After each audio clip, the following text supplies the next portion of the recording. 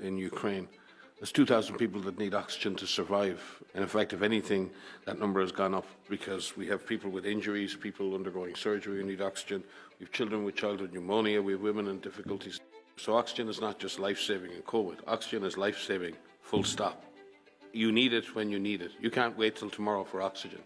You can't wait till next week. You can't be put on a waiting list for oxygen. You can't stand in a queue for oxygen. Oxygen saves your life right now.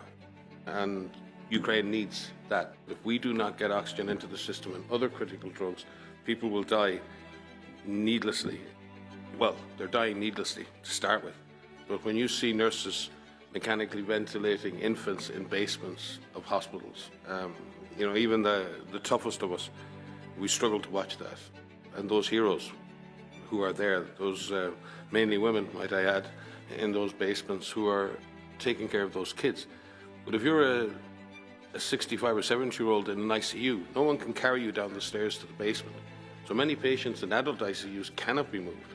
And they're being cared for by doctors and nurses while the bombs fall around them. It's really important that we don't just break this down into supplies and break this down into commodities that we have to deliver and corridors, and we speak in these very abstract terms around what's needed. People's bodies and people's bones are being broken, people's lives are being lost, and there isn't a health service available to be able to deliver life-saving care. And we can't supply that health service at the moment. So something has got to move and something's got to change to create the conditions in which that can happen. I just could not believe the bravery of those frontline health workers, and they're a shining example to the world of what the health system should be doing everywhere.